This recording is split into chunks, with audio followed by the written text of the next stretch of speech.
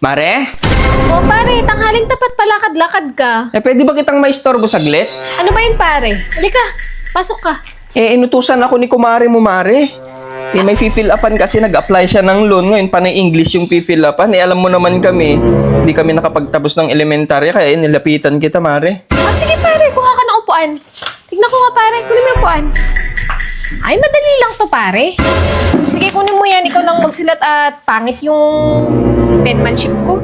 Sige, Mare. O sige, tanungin mo na ako pare. Mare, region. Region, yan yung tinatanong kung Catholic ba kayo, o born again, o iglesia. Catholic, Mare. O, isulat mo dyan.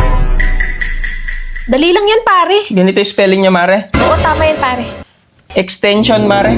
Extension, tinatanong yung mga extension nyo sa bahay kung ilan ba. Ay, 7, Mare. O, isulat mo 7. Street, Mare.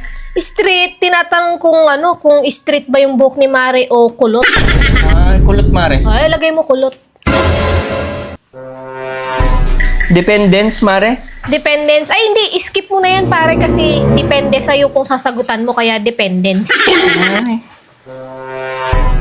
Tin number, Mare. Tin number, isulat mo 11.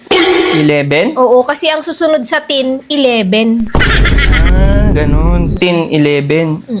Citizenship, Mare. Citizenship, senior. Senior? Oo. Senior. Tama ba ito, Mare? Oo, tama, pare. Labor, Mare. Ay, tinatanong kung nung nanganak si Mare kung normal ba o CS nung nag-labor. Ay, normal, Mare. Oo, sulat mo normal.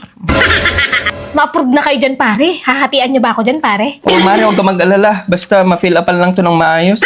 Zip code, Mare. Ayan yung sa pinagtatrabahoan ni Mare kung ilan ba ang sip-sip na katrabaho niya, kaya zip code. 4 sila, Mare. Ay, sulat mo 4. Mga sip-sip kasi sila. Purpose, Mare. Purpose, tinatanong dyan kung nakapag-purpose ka na ba kay Mare bago kayo kinasal. Ay, oo, Mare. Tapos na. Yes ka mo na lang. Yung sex, Mare. Ay, tinatanong kung kailan ang huling sex nyo ni Mare. Kagabi, Mare. Ay, sulat mo last night. Last night. Yun lang naman, Mare. Uy, lang pala pare. Sigurado ma-approve yan, pare.